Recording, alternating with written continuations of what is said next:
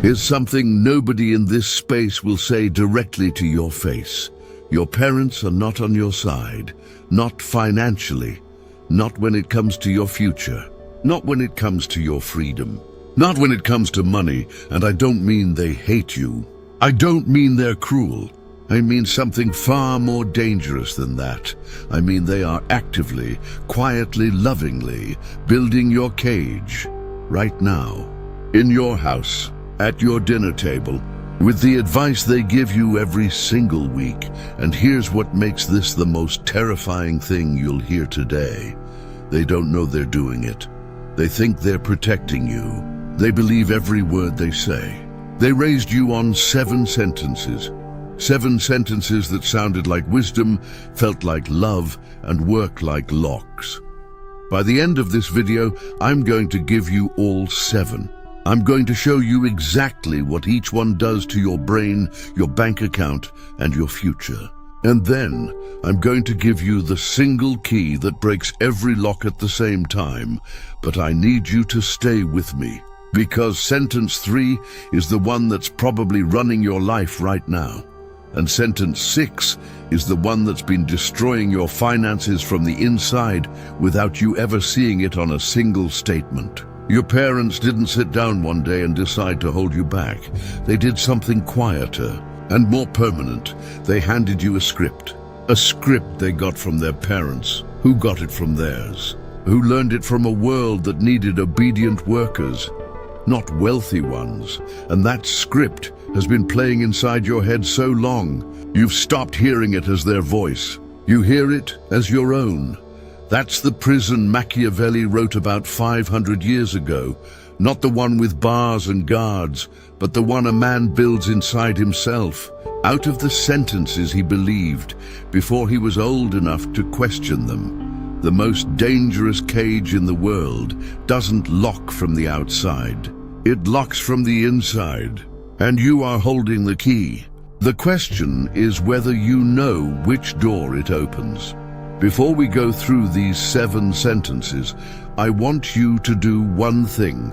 As I read each one, count how many you've heard in your own home, from your mother, your father, your teachers, the people who love you most. Then drop that number in the comments right now. Most people land on 6 or 7, and the ones who land on all 7, I read every single one of those comments. Because those are the ones who needed this video most. Sentence number 1, get good grades. This is the first bar, and it's the deepest, because it starts before you can defend yourself. Before you're 5 years old, you already know that a gold star means you did what you were told, and a red mark means you didn't. Here's what nobody told you that was actually happening. Grades don't measure intelligence. They measure compliance. They measure your ability to follow instructions, meet someone else's standard, wait for permission, and avoid punishment for being wrong. Now ask yourself honestly, does any of that build wealth? No, it builds employees. Perfect, obedient, approval-seeking employees who wait to be told what to do next. The wealthy don't wait for assignments. They don't wait for permission. They look at the world, find a problem nobody assigned to them, and get paid directly for solving it. And here's the reframe that changes everything. School punishes the exact behavior that creates wealth. Finding the problem before someone told you to look for it. Taking a risk before you knew the answer. Being wrong loudly in front of people and doing it again anyway. Your grades measured your obedience. Money measures your usefulness. And obedience and usefulness are not the same thing. The bar doesn't break when you stop caring about grades. It breaks the moment you realize the real test was never on paper. And sentence 2 is the one that takes that obedience and turns it into a 30-year financial chain. Sentence number 2. Go to college. Hear this slowly. Because this is the sentence built on the most love and the most outdated math on the planet. The average American student finishes college with $37,000 of debt. Some owe 80, some owe 120,000. And here's the number nobody reads out loud at graduation. You now begin your adult life inside a financial hole that will take you, on average, 20 years to climb out of 20 years. You haven't bought a house, haven't built an investment, haven't started a business. You've spent 20 years paying a lender for a credential before you ever paid yourself a single dollar. Your parents told you college was a ladder, and in their generation it was. Tuition was low, degrees were scarce, and a diploma could genuinely multiply your earning power. That math was real. The math changed. Tuition went up 600% in 40 years.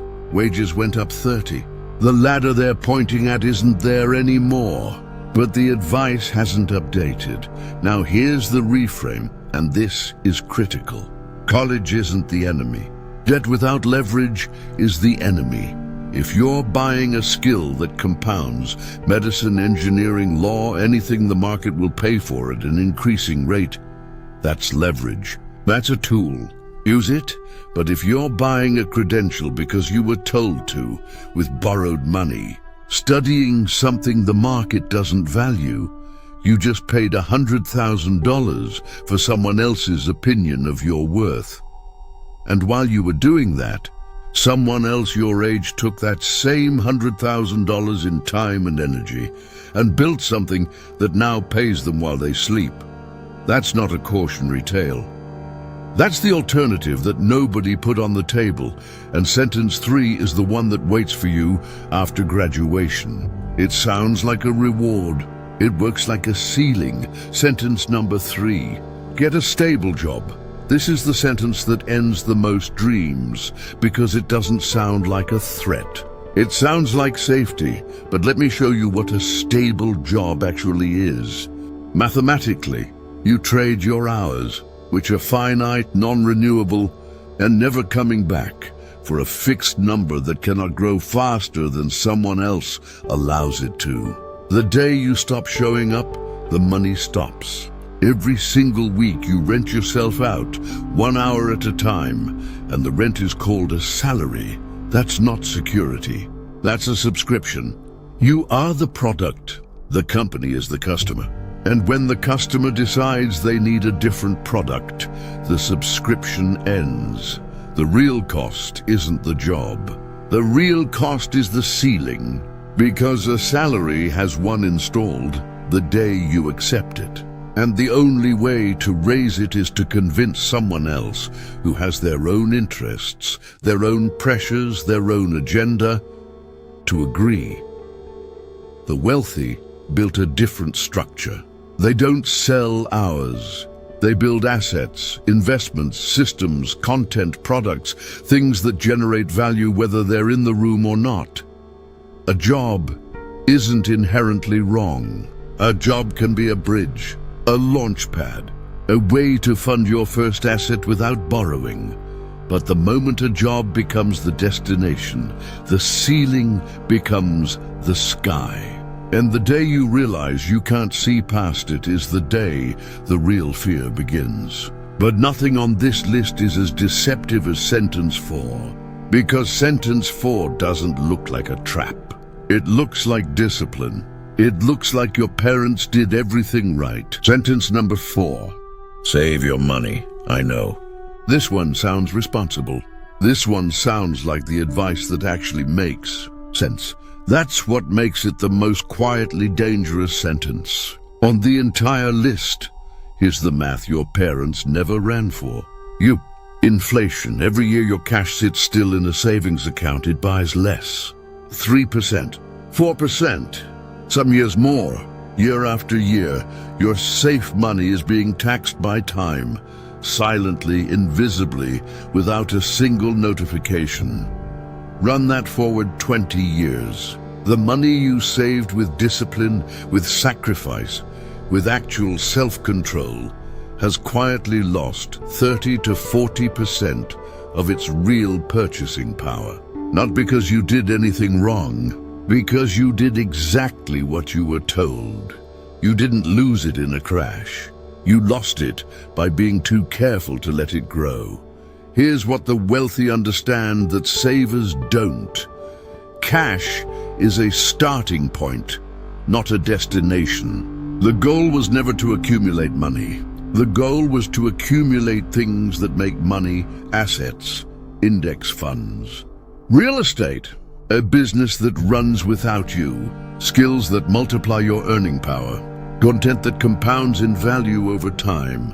The wealthy don't hoard cash. They deploy it, and the difference between a saver and a builder is one question. The saver asks, how do I not lose this? The builder asks, how does this make more of itself? That single question is the escape, because the moment your money starts working, you stop being the machine. Your money becomes the employee, and you finally get to be the one who pays the salary. And sentence 5 is the one your parents gave you with the most love. It's also the one that guaranteed more than any other that you would stay average. Sentence number 5. Don't take risks. Your parents said this because they love you. Because they've watched people lose money, lose houses, lose everything, and they wanted to protect you from that. But protecting you from every risk is the most expensive gift they ever gave you, because avoiding risk entirely is itself a risk. The risk of guaranteed mediocrity, the risk of a life where nothing dramatically wrong ever happens, and nothing dramatically right ever happens either. And here's what they never taught you about how the wealthy actually operate. They don't gamble. They take asymmetric bets. Small downside, massive upside. Risk $500 to learn a skill that could return $50,000. Risk 1 year of discomfort to build something that could replace 30 years of wages. Risk being seen to fail in public, in exchange for the possibility of building something nobody else dared to. That's not recklessness, that's calculation. And the wealth gap between the people who understand asymmetric risk and the people who don't isn't a gap in intelligence. It's a gap in permission. Permission they never gave themselves because someone they trusted told them not to dare. Seneca wrote this 2,000 years ago. It is not because things are difficult that we do not dare. It is because we do not dare that things are difficult. The fear was installed, and anything that was installed can be uninstalled. And sentence 6 is the one that works deepest, not on your bank account, on your identity. And it's the reason that even when people have the knowledge, they still don't move. Sentence number 6. Money is the root of all evil. Rich people are greedy. We're not that kind of family. Some version of this was in your house. Maybe directly, maybe indirectly. In the way your family talked about rich neighbors, wealthy relatives, successful people who think they're better than everyone. And here's why this is the most dangerous sentence on the entire list. Not because it's false, but because of what it does to your brain without your permission. Your subconscious refuses to let you become something it believes is evil. If deep down, even slightly, even somewhere you'd never admit out loud, you believe that wealth is greedy, wrong or selfish, your own mind will quietly destroy every opportunity you touch. You'll underprice your work. You'll give away your time. You'll feel guilty for wanting more. You'll find a reason every single time to stay exactly where you are. That's not motivation failure. That's not laziness. That's identity. You cannot outperform an identity you secretly hate. And this is the reframe that everything else depends on. Money is a tool. It is completely neutral. It has no morality of its own. It amplifies whoever holds it. A greedy man with money becomes greedier. A good man with money becomes more generous, more free, more able to protect the people he loves, more able to build the things that matter. Marcus Aurelius understood this. Wealth is not virtue, neither is poverty. Character is what determines what either one becomes. Wanting money doesn't make you greedy. Wanting financial freedom for yourself, for your family, for the people who depend on you, is one of the most rational and decent things a human being can pursue. The prison isn't built of bars. It's built of the belief that wanting out makes you a bad person. And the final sentence, sentence 7, is the one that locks all 6 of these into place permanently. Because it tells you to never question any of them. Sentence number 7. Follow the path. Don't stand out. Just do what everyone else does and you'll be fine. This is the master sentence. The other 6 were bars. This one is the lock, because it doesn't just keep you inside the prison. It convinces you the prison is normal. That everyone is in here.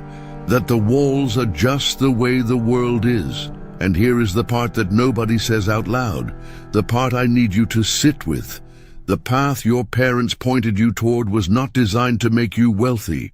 It was designed to make you manageable. The entire system. School, degrees, stable employment, retirement at 65, was engineered over 100 years ago to produce reliable workers. Not owners, not builders, workers. The people who designed that path were not trying to help you. They were trying to create a predictable, compliant labor supply. And they were extraordinarily successful. Your parents didn't build the path. They were on it. They walked it, survived it, and handed you the same directions because it was the only map they had. But here's the truth that sentence 7 was designed to keep you from discovering. The world does not pay for normal. It does not pay for average. It does not pay for people who followed the path and arrived at the same destination as everyone else. It pays for what is scarce and the rarest thing in the world. Rarer than talent, rarer than intelligence, rarer than capital, is a person who stopped following someone else's script long enough to write their own. I told you there were 7 sentences, and there are, but there's an 8th one your parents never said out loud. They never said this one, not once, not consciously, but they showed it. In every decision, every reaction, every moment, they praised you for fitting in and quietly punished you for standing out. The hidden sentence is this: don't surpass me, not because they're selfish, not because they want to hold you down, but because the human mind, even a loving one, finds it deeply uncomfortable to watch someone they raised operate in a world they couldn't reach. When you start building real wealth, real freedom, a real alternative path, you will feel resistance. Not from strangers, from the people closest to you. The subtle discouragement, the be careful, the don't get too big for your boots. That resistance isn't malice. It's fear. Their fear, wearing the costume of your protection, and knowing it exists is the only way to stop letting it decide for you. Some of you are thinking, 7 sentences is too much. I can't change all of this at once. I don't even know where to start. Here is the answer. You don't need to fix all 7, you need to find yours. The one you felt when you heard it. The one that made something move in your chest. Not because it was interesting, but because it was familiar. Because it's been running inside you for years without a name. Find that one, name it, and then ask one question about every decision you make this week. Is this safe, or does this compound? This is the key that unlocks every bar at once. Stop asking, what's safe?